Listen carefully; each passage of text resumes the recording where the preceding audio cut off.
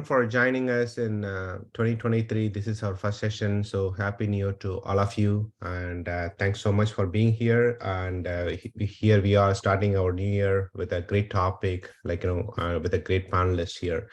So the topic for this year, what we are starting up with is how do you measure the success of a customer-centric organization, right? So knowingly or unknowingly, this has become hot topic, and also the hot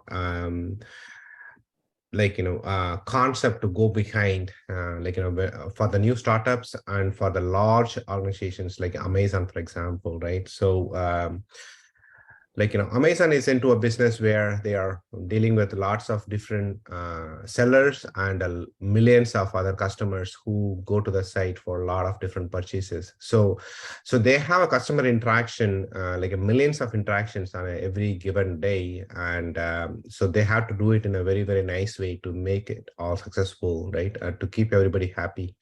So one such instance coming to my mind, recently this week it happened.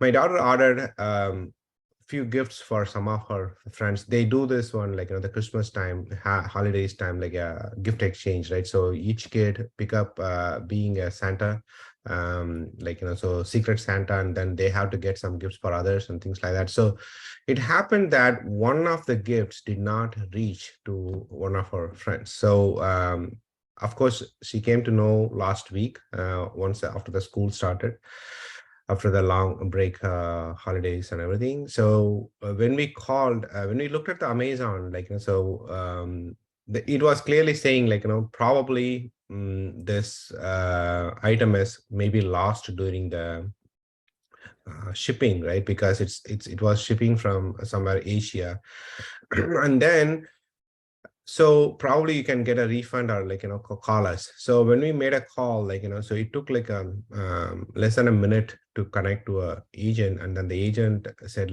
so we are refunding your amount.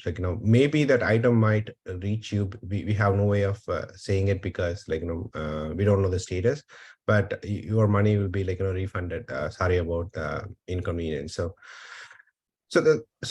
what it why I'm saying that here is that gives you kind of a peace of mind, right? When you are especially buying something online where you don't see the actual the store, or you're not interacting with any particular salesperson, everything. So at least you have some peace of mind. Okay, if something goes wrong, what is the worst case as a client, customer we want is at least the money back, right? So when you have that kind of the assurance for the customer, when you give that kind of experience to the customers, it makes a lot of difference. And that makes it much more attractive for customers to come and do a lot more business in the future, right?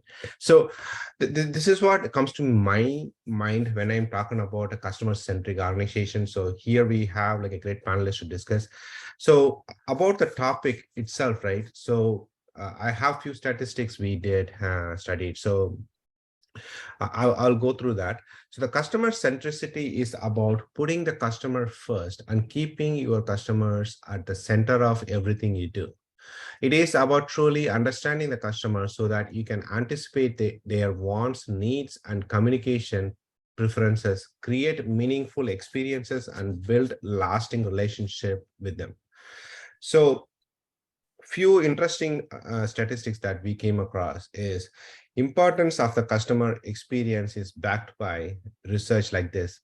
Brands with a superior customer centricity bring 5.7 times more revenue than competitors that lag in it. 5.7 times. It's a big number, right?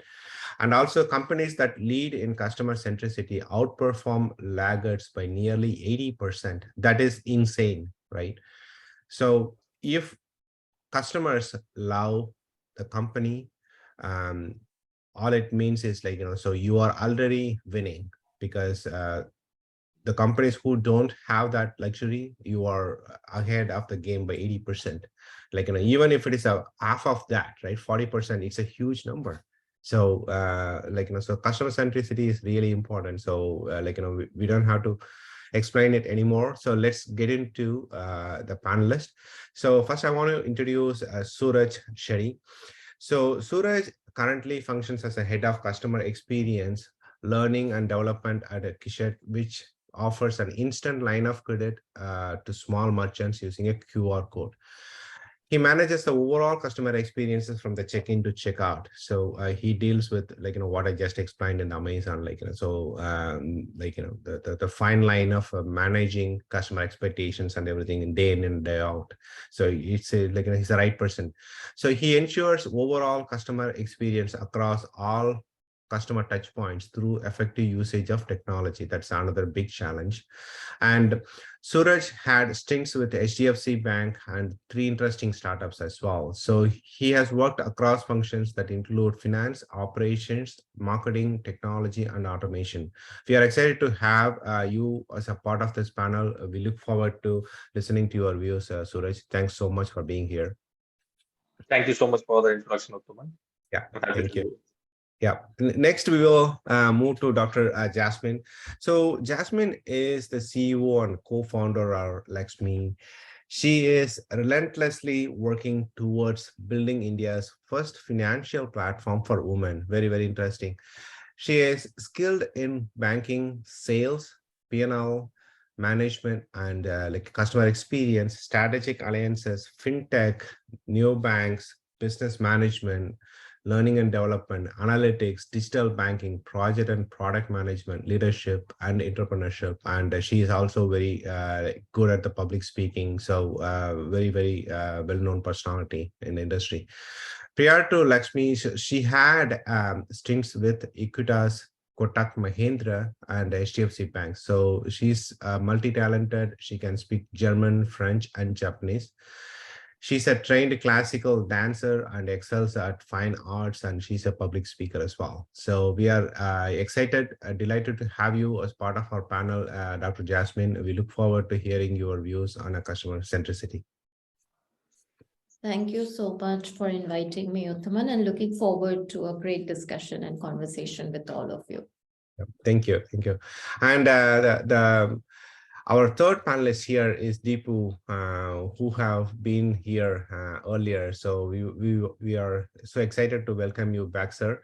So Deepu currently functions as a senior president and head of operations and customer experience at the world's 8th largest digital insurer, Bajaj Allianz. And that's a great achievement.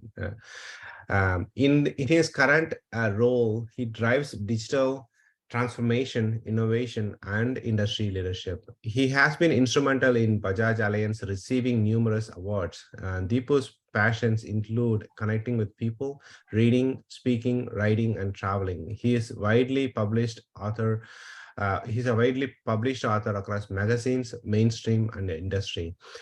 We welcome you to this panel discussion to look forward to hear from your insights one more time. Deepu, thanks so much for being here. Yeah, thank you, Uthaman, and hello to everybody out here. Wish you all a very happy new year.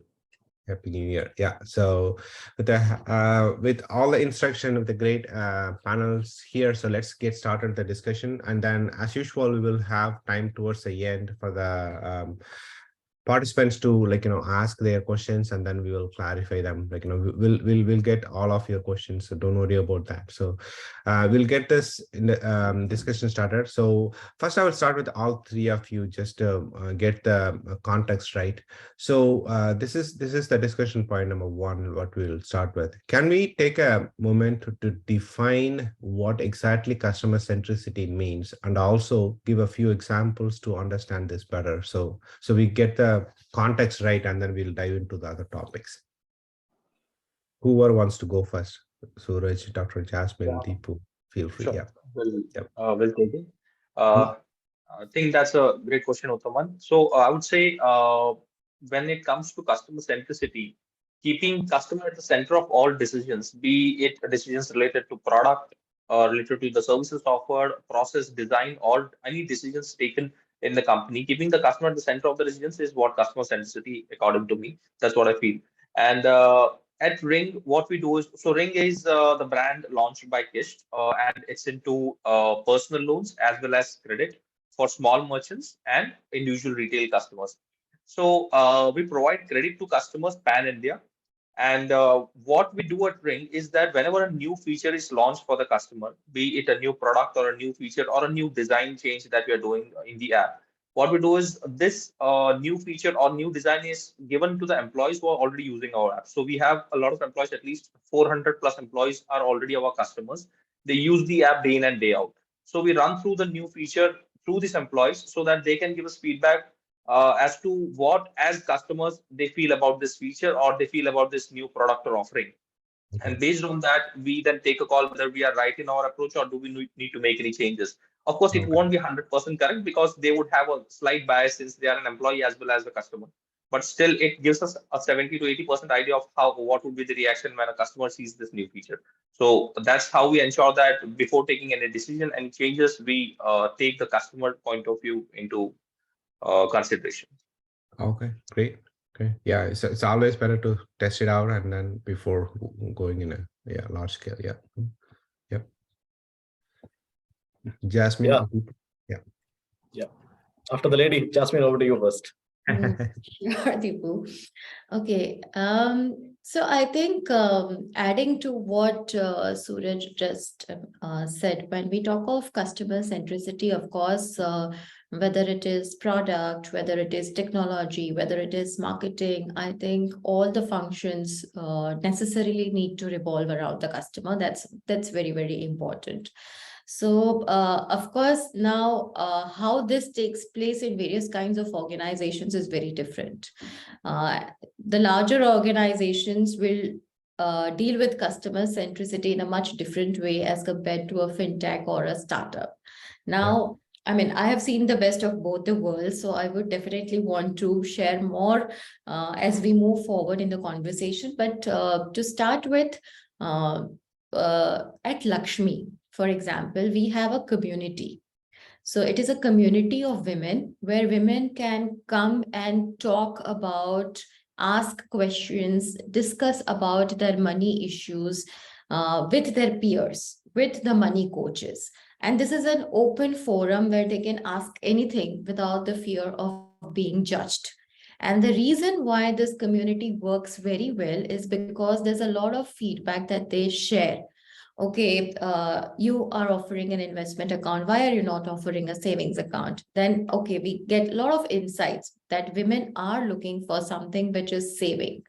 Then what is it that women want? Okay, which are the instruments that they want to invest in? Of course, they want to invest in something which is gold or very specific to or related to gold. They want to invest in risk-free assets. They want to invest into fixed deposits. So why can't we have fixed deposits on the platform? So I think a lot of insights that we get from the customers actually help us create the universe of products and the universe of, what we offer on the platform. And I think that is the best litmus test that we can have, because that actually tells us that we are giving what our customers are asking for. And then I think all your products, the entire platform becomes a pull platform rather than a push platform, wherein you don't have to make any effort to push products, because everything that you've built is based on customers' feedback and based on keeping the customer at the center of it. Yep, that makes sense. Thanks. Okay, Deep. Yeah. So Suraj and Jasmine have already, clearly laid out what customer centricity is. I'll not repeat what they said. We all have heard, right, the cliche that a picture speaks 1,000 words. So what we did, to drive the point home on customer centricity, we have org structure charts, right, which show various teams, rolling up to CXOs and then to the CEO. And then we show the CEO reporting to the customer. So that's how, we define customer centricity, that truly, he is the king and he is the reason we exist. And let me just explain this, with a couple of examples. One is outside of COVID and the other is, linked to COVID.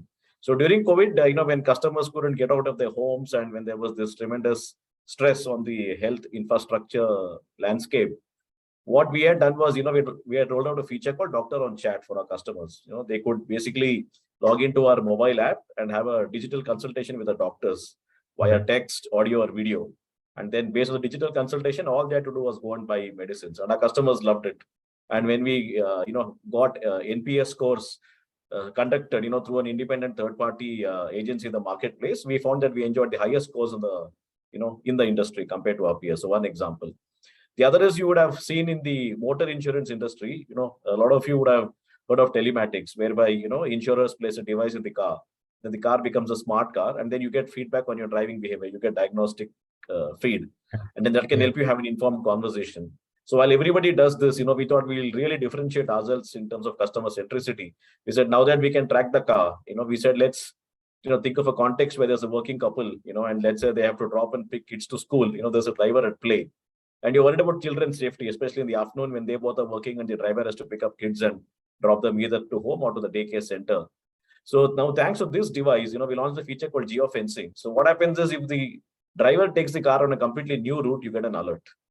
So that's an example of how, we could, leverage technology, to bring in a new feature. So, two examples of, how we've been able to walk the talk on customer centricity. Absolutely. Yeah. So yeah, putting the technology to the right use and taking advantage of it, and then making sure that addresses the concern of a customer and forcing the problem, right? So that is another thing, right? So because sometimes customers are able to ask what exactly they want. Sometimes they don't, right? Because example, the pandemic, like if you look at the history, it is not something new. But if you look at all the billions of people now, it is new to us because none of us have experienced it, right? The previous pandemic, so it's all new to us. So how do you react now? So there was definitely a lot of panic around that time, and lots of unknown. So yeah, that's a great way of helping your customer during those difficult times. So that goes a long way. So no wonder it's your company is 8th largest in the world. So we wish you good luck with that, Deepu. So keep growing. Thank you, Uttama. So, Uttama, just to add to that, while the pandemic, of course, was very difficult for all of us, I think it also helped and enabled a lot of innovation, which was very customer-centric. Like, for example, the video KYC that came during the pandemic, actually, it came because it became a necessity. There was no way reaching out to people. And it changed the way banking happens across the country now. And I think it's been revolutionary. So I think a lot of these innovations that came up during the pandemic were the need of the hour. And I think, again, it just focuses on the fact that you build on the basis of, what the customer needs, what the customer wants, and what the time demands, what, the situation demands. So I think, and I think this is just one example. There could be a lot more. Absolutely. Yeah. You are right on it. So because if you think about it, right, it just jump started lots of this, the challenges, and it led us to travel 10-15 years ahead of ourselves.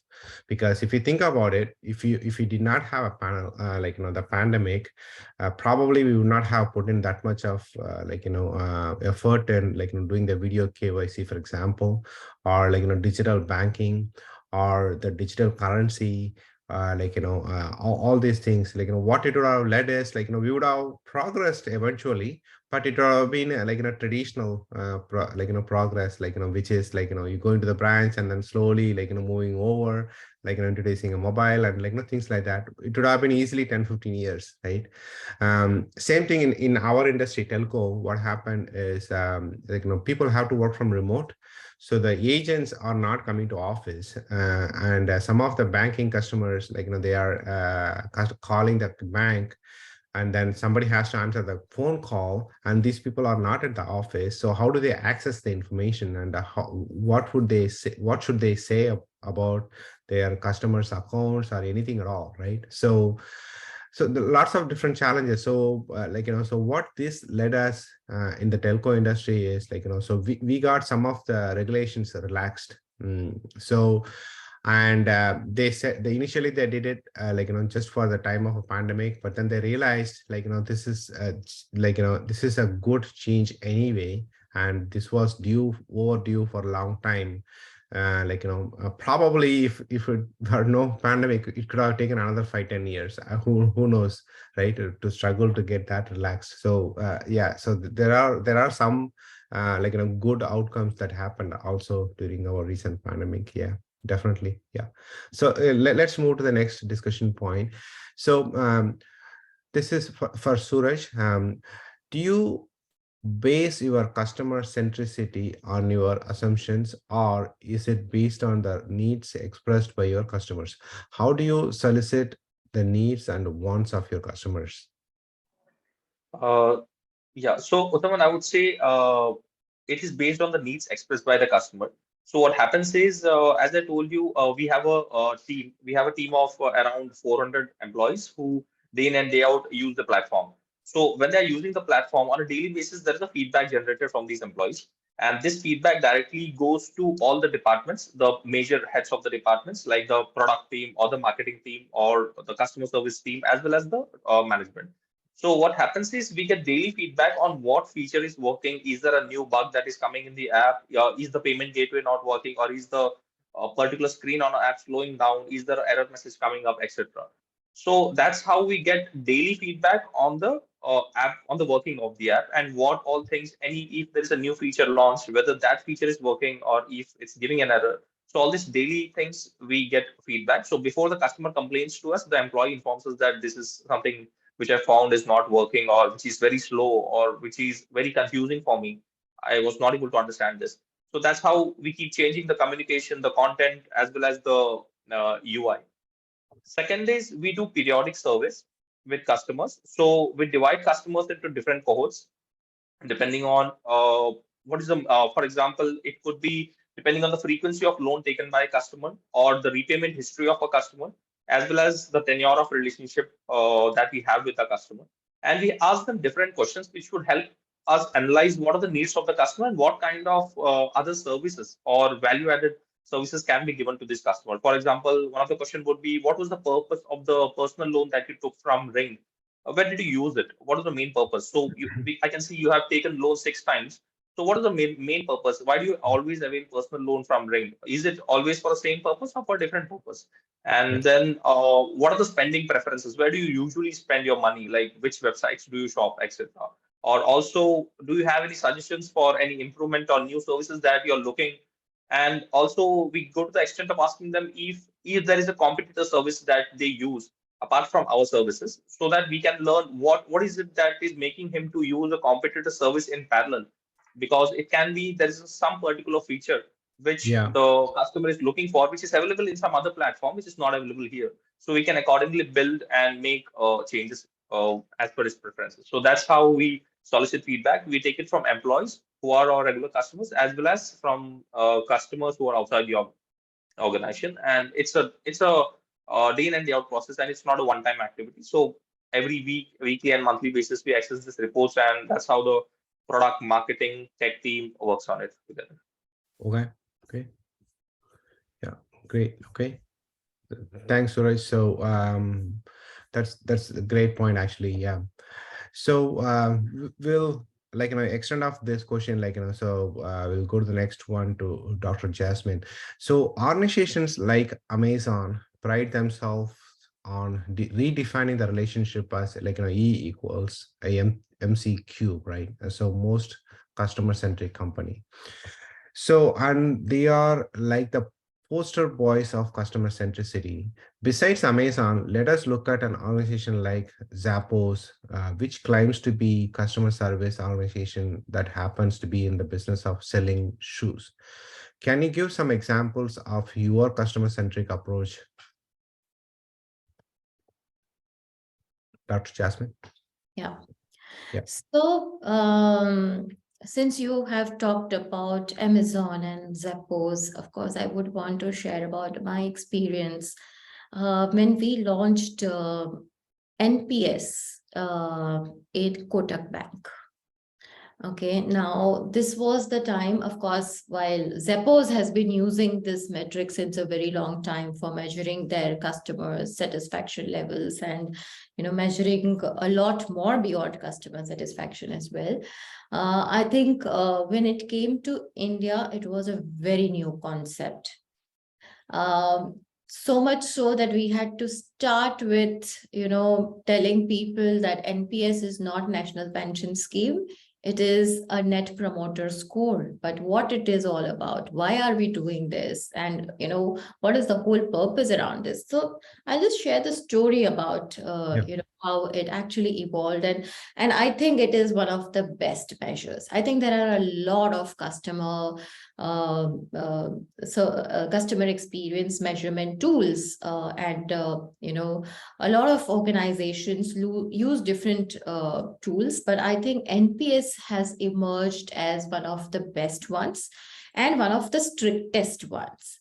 The reason why I say this is it does not stop at just customer satisfaction. It even does not stop at just making the customer a loyal customer. It extends much beyond that because it makes the customer the advocate of your brand. And I think that is the toughest of all, because NPS is just one question. Will you recommend the brand to your family and friends? It is just one question. That one question says it all. And I think that is where the customer puts his neck out for you, for your brand, because that is when he is recommending you to the family and friends, and he cannot lose out when he is recommending you as a brand. So I think that is one of the best measures that we have in the system, and it is not easy to implement. It is definitely not easy to implement. So I share the struggles. The first struggle is to, tell people what NPS is all about, how it is to be calculated, how it is to be measured, why it is important for the organization. Because when we do the CSAT scores and other scores, I think the scores look so amazing, 80%, 90%. But when you go and ask the customers, will you recommend to friends and family? I think the answer turns out to be very different. Well, I'm happy, but I don't know. I'm not very sure whether I'll recommend it to my friends and family.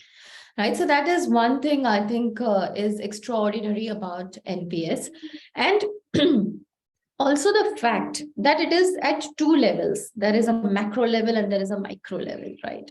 So the macro level is just one question. I think it's a universal question. Most of us know it by now.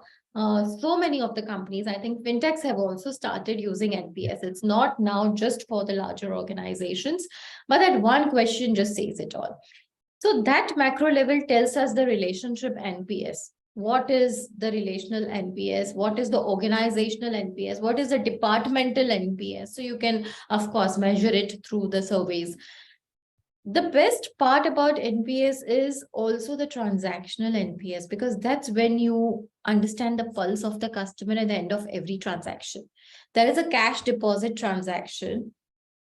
How did the transaction go? 4-5 questions. There is a net banking transaction. How did this fund transfer transaction go?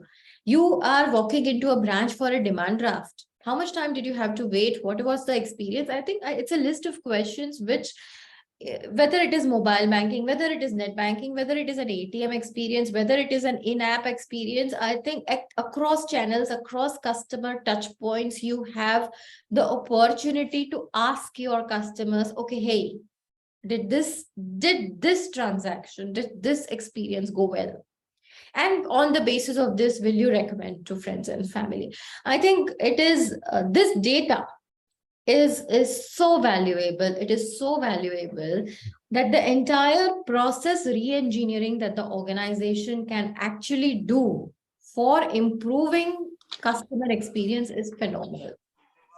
So the entire experience, I think, so for one example, if you are looking at opening an account digitally, right?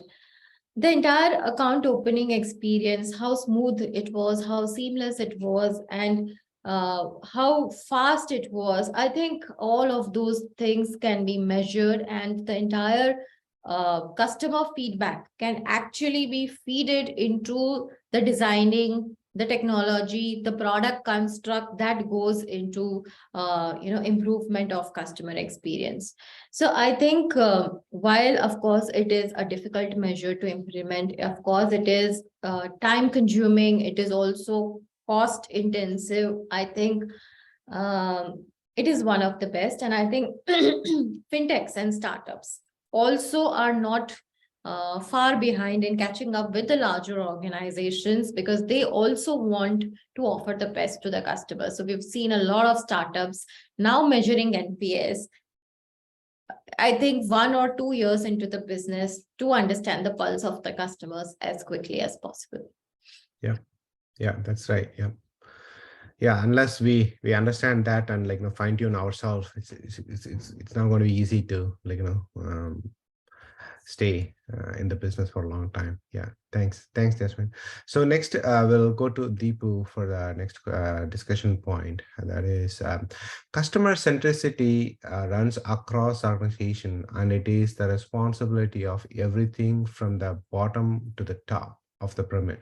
How do you nurture such a culture in your organization? How do you sustain them? I know you mentioned about this one during your first question, so it would be interesting to deep dive a little bit more on this. Thanks, Uttaman. I think this is a very relevant question, because when we look at customer experience, typically what comes to our mind is either a great technology which is lying beneath the offering, or we think of outstanding service, outstanding product, so on and so forth. Typically that's what we think as consumers. But the point that you made, that if you have to have it run wide and deep across the entire organization, then it's got to be a part of the culture, right? And I think the idea is to unravel that aspect. So firstly, what we need to do is ensure that in all our communication and in the way we go about running the organization, in letter and in spirit, both are important. We keep the customer right up front. So for example, if you look at our firm's logo, and I can talk about my firm because I work in this organization. See, our logo is not that we want to become let's say India's favorite company, or it's not a company facing logo or tagline. Our tagline is caringly yours. We basically want to tell our customers that we care for you, and our entire endeavor is to strive for it. So it starts from that. So everybody understands that they are here to basically care for the customer. We are in the business of care. And then when we demonstrate that across the entire organization, that's when customers starts to feel it. The other is, Jasmine touched upon NPS. So there are two aspects to culture. One is you need to ensure that, like I mentioned, through your actions, you demonstrate that to everyone. But then you also need a measurement aspect, because otherwise you don't know how you're performing, in various areas across the organization. So which is where, the right metrics, at various touch points, either in the form of NPS or customer feedback is important. And people, because we can only, manage what you measure.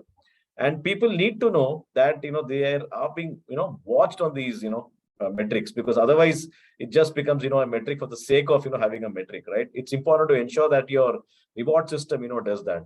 So for example, what we do is, people who demonstrate outstanding care, we have a care hero recognition program. So people yearn for that because it's a very significant recognition across the, entire organization. So that's one more way by which you propagate, and reinforce culture. The third is, some extremely important aspects of how you deal with customers. So for example, we tell a customer service team that when the customer comes to you, you need to stand up for the customer within the organization. It doesn't matter, if you need to, kind of, get into, professional, conflicts, with departments, but somebody has to stand up for the customer, right? So that's how, we encourage that, and then try to see how we can do. The other is while standard operating procedures can work, and this is part of, training on culture.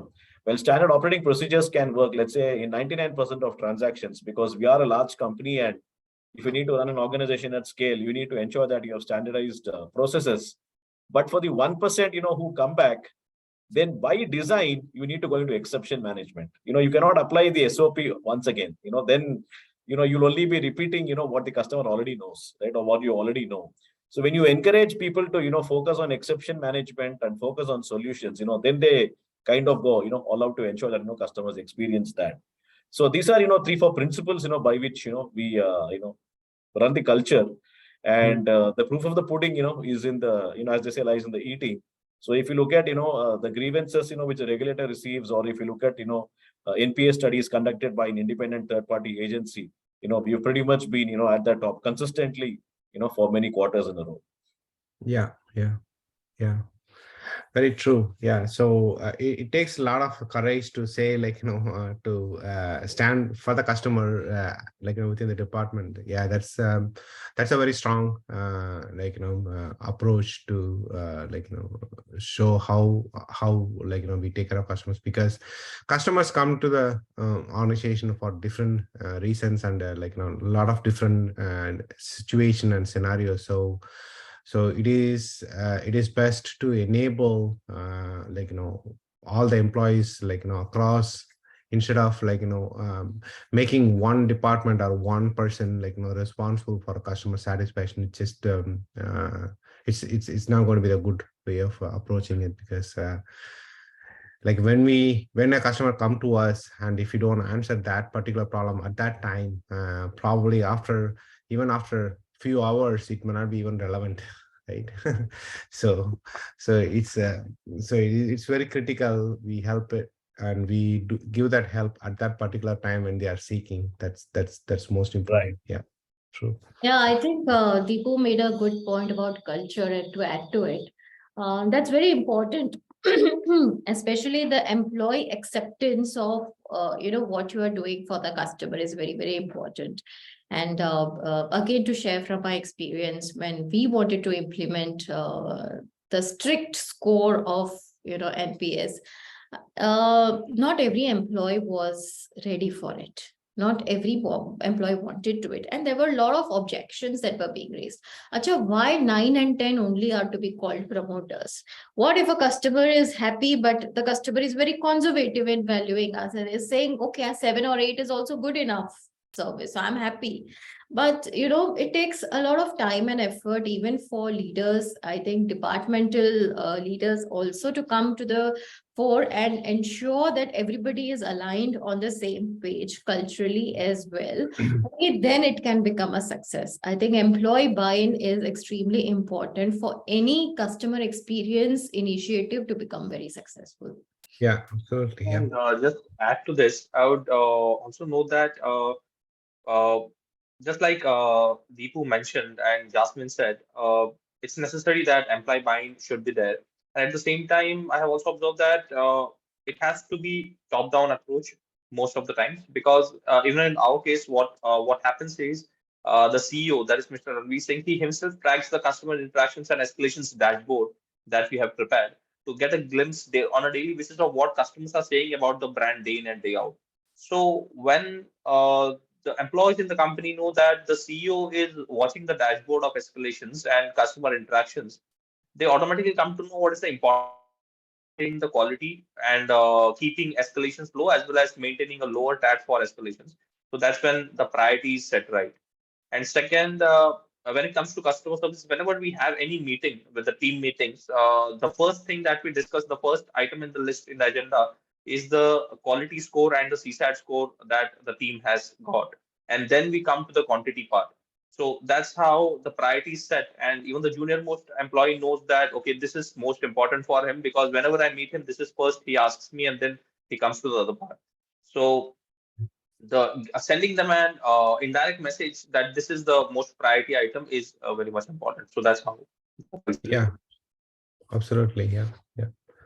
So to make them to think about it all the time, right? So it's not just one time. So yeah, absolutely. Yeah, good points. Yeah, thanks. Yeah. So so the next question, Jasmine, you can start with, on Deepu, Suraj, you can always add to it. So how do you go about implementing customer-centric initiatives? Do you run a pilot and see the direct and indirect benefits of the initiative before rolling it out widely? Can you take us through this aspect with some examples? Yeah, I think that's of course very important. We have to do the proof of concept before we make it live for all the customers. So that is usually the modus operandi wherein any initiative has to go through the testing phase. And only when we feel that there is an acceptance level from that cohort, I think we go ahead and implement it. Of course, when we do the testing, we also make sure that we have multiple cohorts so that most of the personas, most of the variety of customers are also covered during the pilot, because that is important. Because when you just run a pilot in a single sample, then there are a lot of chances that the results that you may get may be skewed.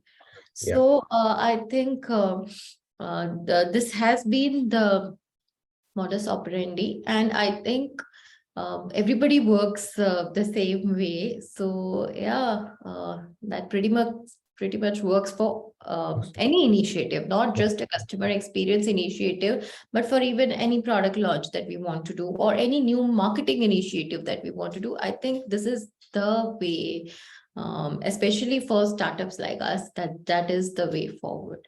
Yeah, absolutely. Yeah. So, Deepu, Suraj, you want to add anything before we go to the last point? Yeah. So I think Jasmine laid out, the standard approach, that normally firms take to rolling out initiatives. Just to add, a few dimensions. First, Uttaman, you need to clearly start, and this is where, the test of customer centricity comes in. You clearly need to, start by solving a customer problem.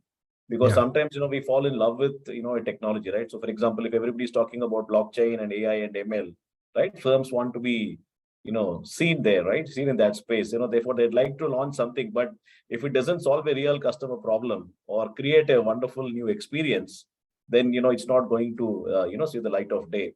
So clearly, you need to, understand a customer problem, or of course, like I said, reinvent a completely new experience, and then launch that. The other is today, speed is the need of the hour, right? So you cannot wait to perfect a product, in which case you could be a little too late. So the approach that a lot of firms take is, to launch, let's say, a minimum viable product, what we call MVP, and then very quickly, get feedback from the marketplace in terms of, how it's working when the rubber hits the road. And then based on that, you keep adding features, enriching it so that, you're able to come out with, the full scale version at the, earliest instance. So you launch, a basic version, get feedback, and then go about it.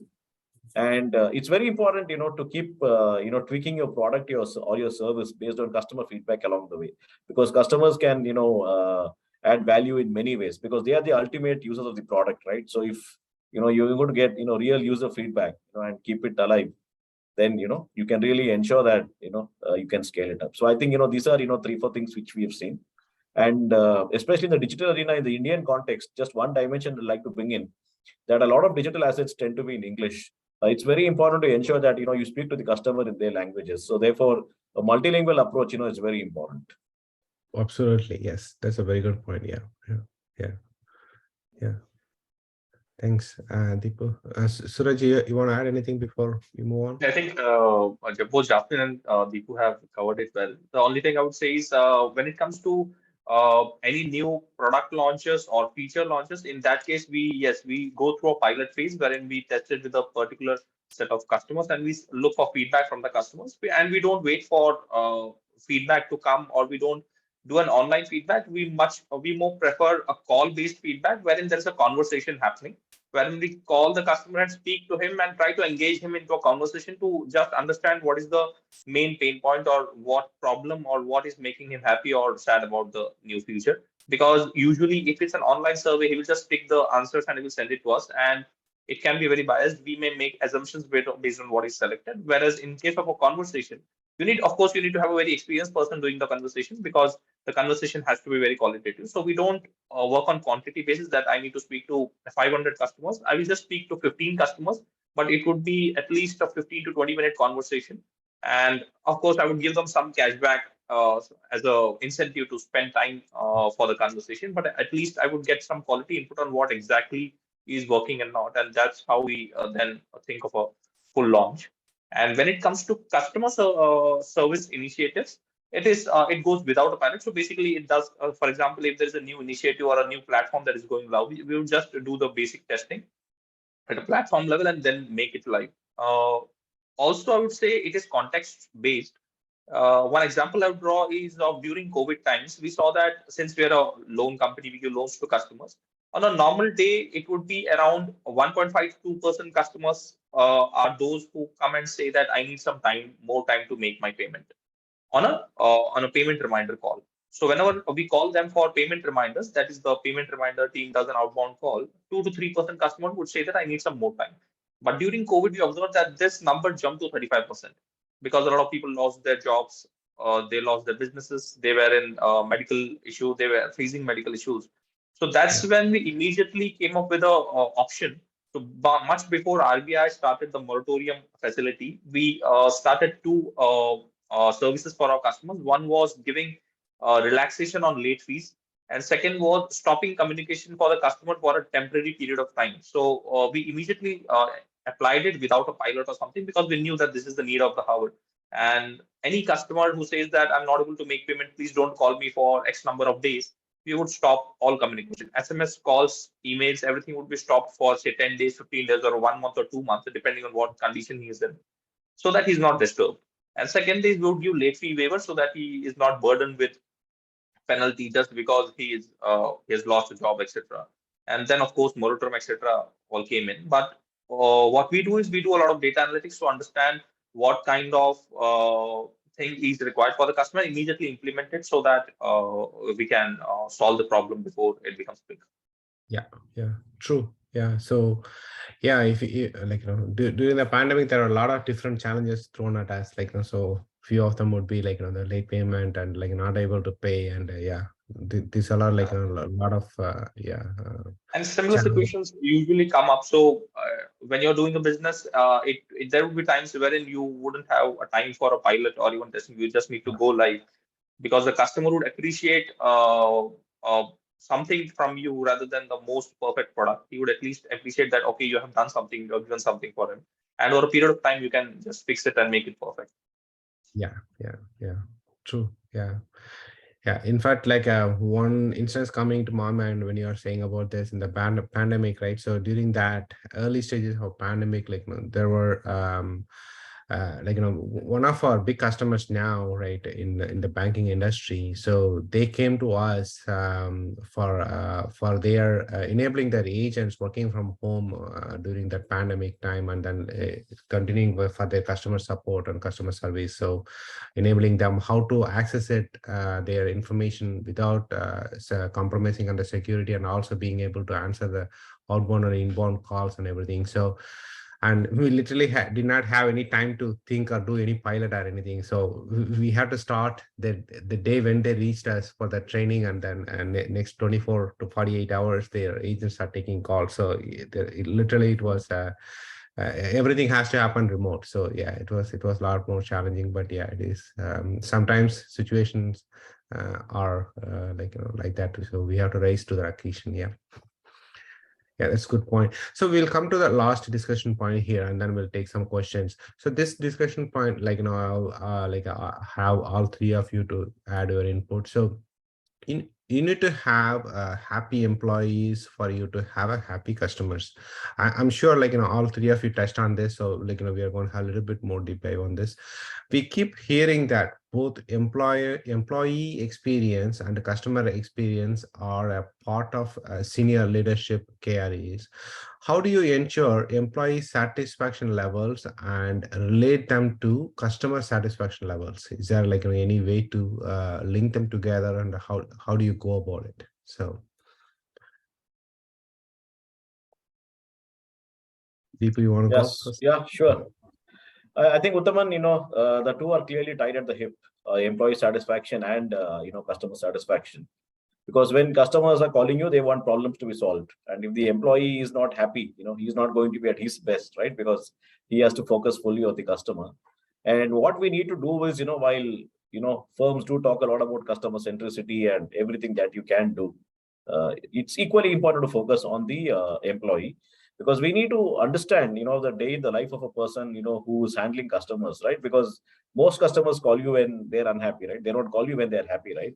So therefore, how do you ensure that, teams, who are listening to grievances of customers day in and day out, and they are just at the receiving end, they may not be people, who have been the cause of the problem. The cause of the problem may lie elsewhere, but they are the ones, who are the receiving end. How do we, ensure that we keep them happy? So there are, various measures that, firms implement. One is, of course, creating a very, work-friendly, atmosphere. So, for example, just to give you one example from the pandemic, because, in the physical world, we all have seen what firms do. But when teams were, physically and socially distanced, we really went out of our way to ensure that they were digitally and emotionally connected. We had a lot of digital events. We had digital Antakshari, we had a digital, MasterChef event, and people were really happy, because they could get connected. And by taking advantage of the work from home scenario, we even got families involved. So we actually converted, adversity into opportunity. We moved from employee engagement to family engagement. And during the period, ironically, our employee engagement scores were higher than our scores pre-pandemic. So that's how, we were able to, thrive during that period. And now that we are back in the physical world, it's back to, the typical measures that we all would adopt in terms of ensuring that, people feel socially connected. That's very important. The other is, one dimension which is increasingly coming to the fore is to focus on mental health and employee wellness. I think that's something, which has typically been overlooked, and, employees were feeling shy talking about it. But I think across the board, across industries today, there's a lot of awareness.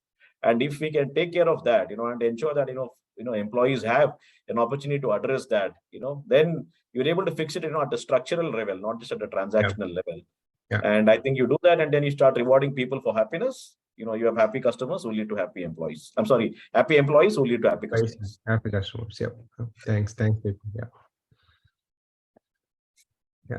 Jasmine. So adding to that, of course, reward and recognition, of course, make employees happy, and how you can link it to customer experience is also something I think most of the organizations have cracked it. I think the most important thing is employee empowerment when it comes to customer experience. And just an example. Now, for example, a very irate customer called up a contact center and shouting that I could not do this transaction. I'm hungry. I was wanting to order a pizza, and now because of you, my money is stuck. And now, see, I'm facing a lot of problem. The person sitting in the contact center immediately said, okay, sir, this transaction is going to take some time, but let me do this for you. Let me order a pizza for you. It will reach you in 30 minutes. In the meantime, we will solve your problem, give it 24 hours, whatever it required. So I'm saying that employee could take the decision on the spot to ensure that that irate customer's overall experience is not hampered, was because he felt that he was empowered enough to take that decision on the spot while the customer was in front of him. So I think while reward, recognition, making employees happy, I think everything goes a long way, but employee empowerment is most critical, most important. And I think this is just one example. We have n number of such stories where employees go a long way to ensure that the customers are happy. I have seen employees traveling 40 kilometers just to deliver something to the customer, just to ensure that that customer remains happy and loyal forever. And these are things that they do out of their way. It is not necessary for them. It is not in their JDs or their job roles and responsibilities.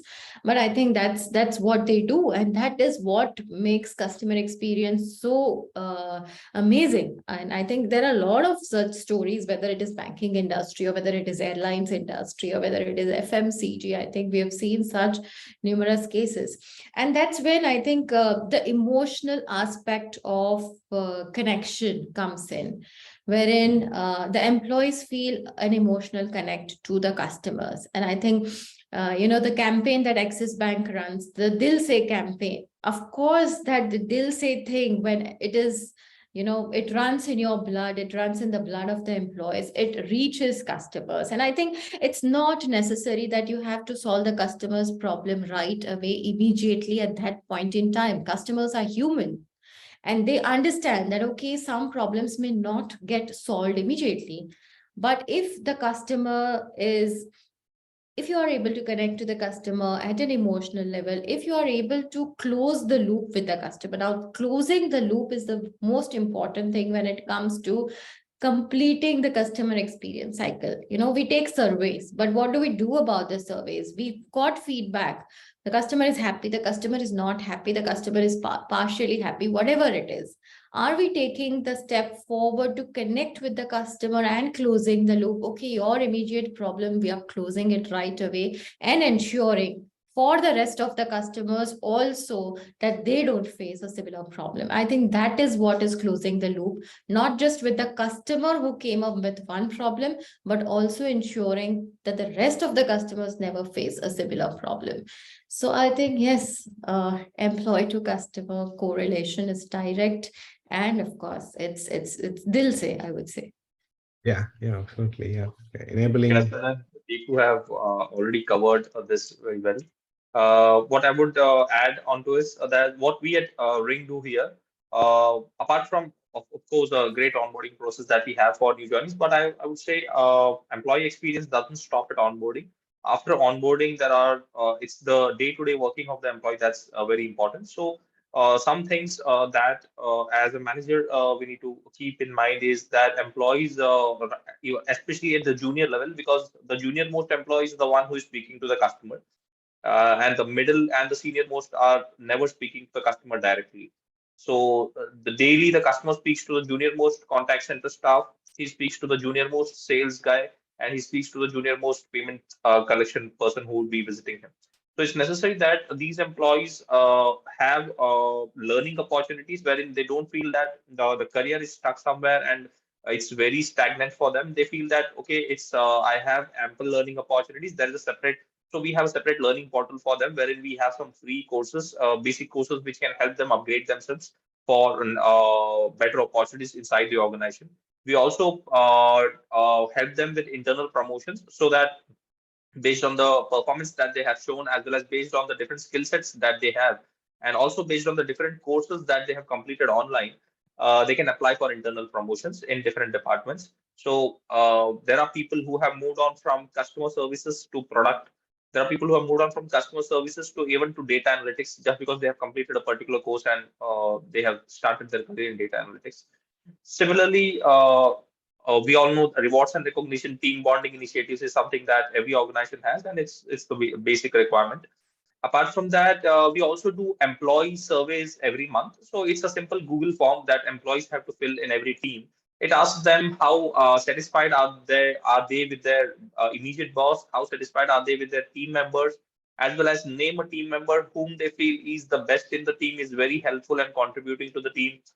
Plus, name a team member who they feel is not very contributive to the team. So all these survey results are not made public to the employees, but yeah, they do come to us, and that's how we analyze what is the majority people saying about something, and based on that we understand who needs to be given the right feedback, who needs the right kind of grooming, and what kind of changes in team structure needs to be made, so that these issues are handled and highlighted at a very early stage. Because employees, usually what happens is if they are facing an issue, most of the time they won't speak to a head of the department or a senior, because sometimes they fear that, okay, this is not something I should say, it can affect my career, etc. So but if you keep doing monthly surveys, then that's where they open up and share everything. And also, if they know that this is confidential, they will be more open in sharing something. So it's necessary to have, just like we do NPS for customers, it's necessary that we do employee surveys, because that's a fastest and most transparent way of understanding. And also, it doesn't take much time to implement. So that's how we do. And also, just to mention, we recently started an activity wherein the managers who are handling the contact center, be it a email desk or a chat or a calling or a social media, managers till now used to just analyze the data, they would analyze the MIs and just take decisions based on what's happening. So now we have implemented that every month, at least one day a month for 1 hour, the manager needs to become an executive and take calls. He needs to become an executive and chat with the customer and email, respond to the customer's email, or respond to the customer on Twitter or Facebook. Because when he does this, when he sits at the seat of a junior most employee, he comes to know what all challenges this employee is facing, what kind of customers is he speaking to daily, and also what kind of process or systems have been implemented which may be hard for the employee. For example, if an employee is using 4 systems on his PC and he has to jump from one system to another system, it's taking 30 seconds every time. So automatically the time to respond to the customer is increasing, plus it's increasing stress for the employee. So the manager would immediately come to know that, okay, I need to change this, I need to make this easier for the employee. And if I make it easier for the employee, ultimately it would bring down the resolution time for the customer, and the customer also will be happy. So that's how we make them put on the shoes of the junior most employee and tackle the customer head on at least once a month. Okay. Yeah, great. Yeah, that's good. So I think this goes to explain so how important to keep our employees happy and make sure we empower them with the right authority and give them the decision power at different levels, so they can make a timely decision and help the customers that they are interacting directly and making it happen. So that in the overall big scheme of thing, it has to be on a different level and it has to be carried out by all employees rather than one person or one department, and it has to be in the culture and overall so they all should be exposed to the employees interactions, not just at junior level, even to the senior level. That is another important aspect. So so these all are very, very, very good points and very relevant for not only now, for future generations also, in the business. So these all are something that are going to be constant, right? Not changing much. So when you're running a business, these all are going to be the challenges and how to handle it. So I hope these all information are coming out very, very informative for our community, and members will find it very useful for them to be able to make some notes and take some action within their organization.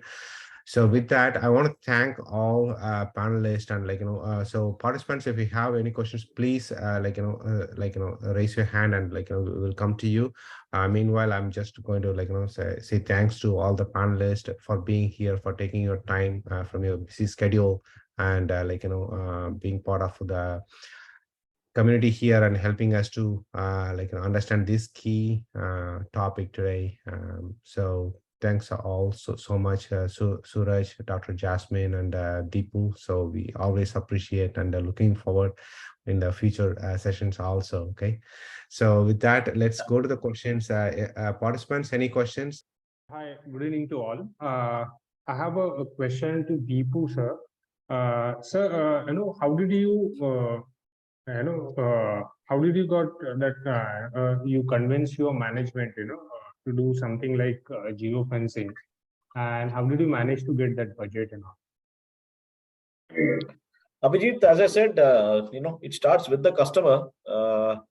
When you are basically doing anything, you have to obviously, bring in a compelling value proposition, because firms have, various areas where they can invest, and it obviously has to be convincing, right? Think of it like an internal, VC or a PE process, right? Where the idea has to be convincing. So you look at, how you can either solve customer problems to the point that I made, or you create a new experience. And then also, you look at data, if it is about solving problem, or if it is about the future, then it's the power of your imagination. And then you put forward a convincing business case, and then ensure that all the right stakeholders are involved, right? Whether they are sponsors or whether they have objections which need to be overcome. So I think with the right management of data, a compelling value proposition, and stakeholder involvement right up front, very often you will find that ideas start to come to the execution stage. And I think that's been a tried and tested formula in many organizations. Perfect, sir. Perfect answer. Thank you, sir. Yeah. Thanks. So okay, so yeah, I understand Deepu has to leave, so he has some another meeting. So thanks so much, Deepu. So Dr. Jasmine and Suraj, let's hang on for a few minutes if you can. So let's answer some more questions if they have. Otherwise, we can wind up this. Okay. Yeah, Uttaman, I have a question. Sure. Yeah. Go ahead. Yeah. So basically, I'm a product manager, and then the product manager world, sometimes we say we have to tell what the customer will be using. Basically, we have to be up in the front of the race. We have to come up with some features, and then we will say that we will dictate or not dictate. We will tell them what to use or how to use, and the user experience. This is one way of looking at the other. I was always listening to get the feedback and do it for the customer. That's the easiest way. But sometimes we have to be innovative and then do that. So what do you think about those kind of what do you think about that? Maybe it's a slightly it's pushing on customer. I'm also thinking in the customer centric way. This will be useful for customer, but what do you think about that? I heard Deepu is having a if a customer ask for it, there is easy to get a buy-in from management. But if a product manager push for it, do you think that's going to be easy actually? Yeah. The Deepu is not here. So Suraj, Dr. Jasmine. Yeah. So Bal Ganesh, right? Yeah. Hi, Bal Ganesh. Thank you for the question.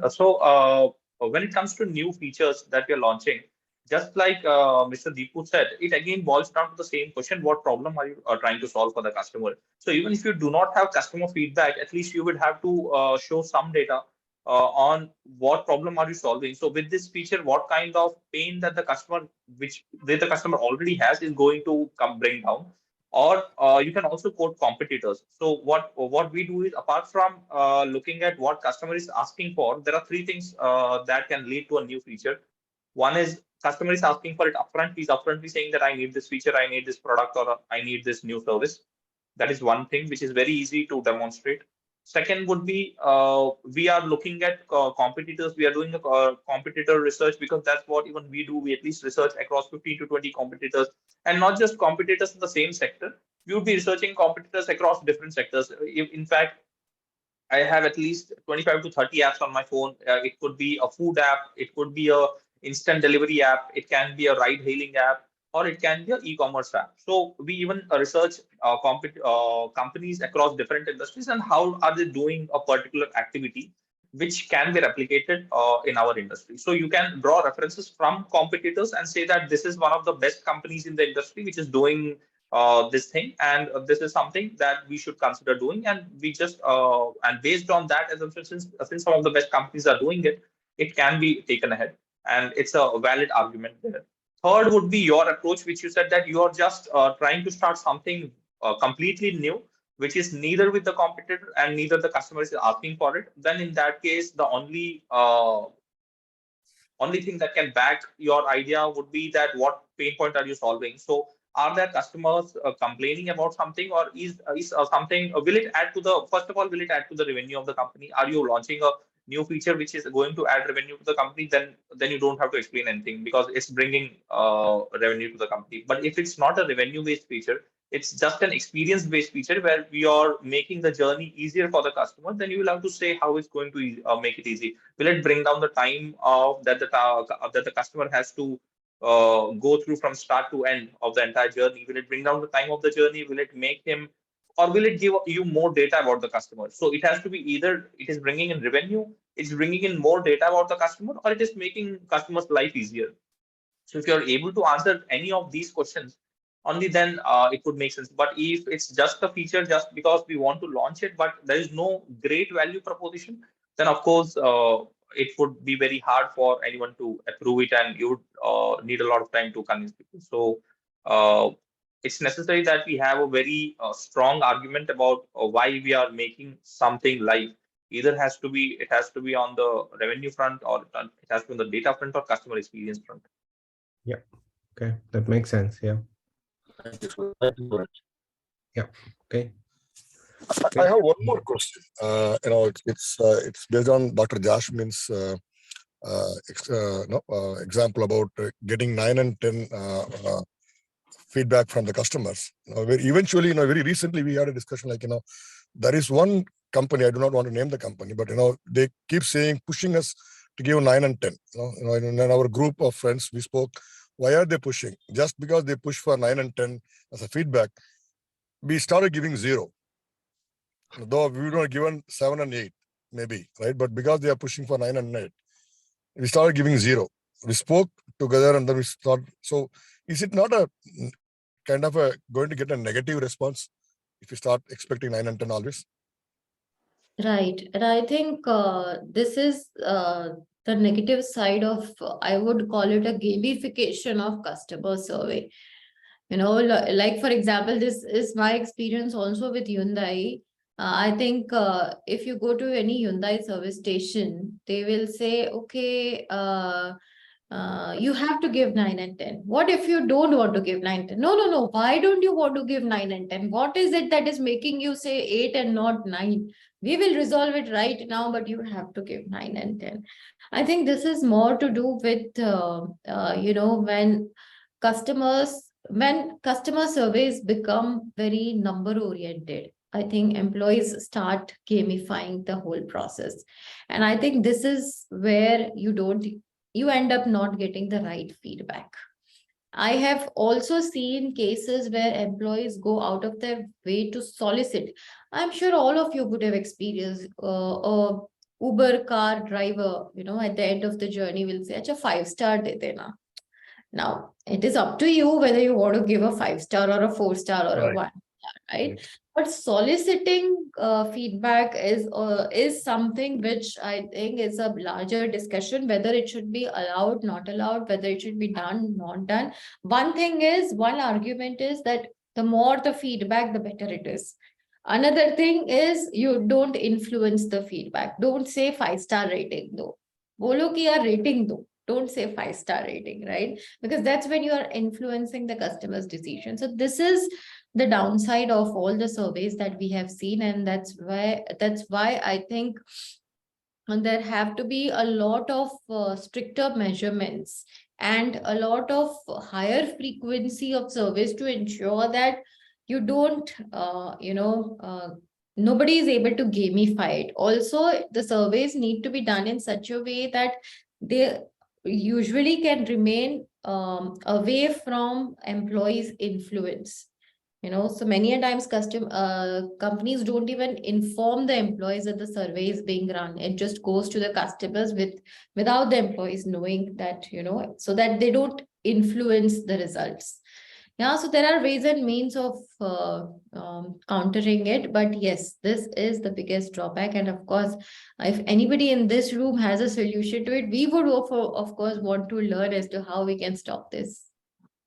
Yeah. I would say it's more of a content problem, wherein how the language and content is made for the survey, and whether if it's very pushy, then of course people would say that they're asking for a rating. And again, even if it's pushy, I would say it would also the experience that you had with the brand would matter. For example, if Taj Hotels asks me to give a 5-star rating, I wouldn't say ki 5-star kyun mang rahe main, I will give 0. I would still give 5-star because I had a great experience with them. But yes, if there is some hotel where I had an average experience or a bad experience, if they push me for 5-star, I wouldn't agree for it. So there are two factors. One is the language that is used. Content has to be neutral. And if the content is not neutral, you're asking for a 5-star feedback, or you're asking in form of a question that would you rate us 5-star? Still, it's being pushy and not being pushy, because you're asking a question. You're not asking them to rate 5-star. You're just asking them a question, but in a positive way. Would you rate us 5-star? So it also depends on the experience that he had and content. Yeah. So Thank you.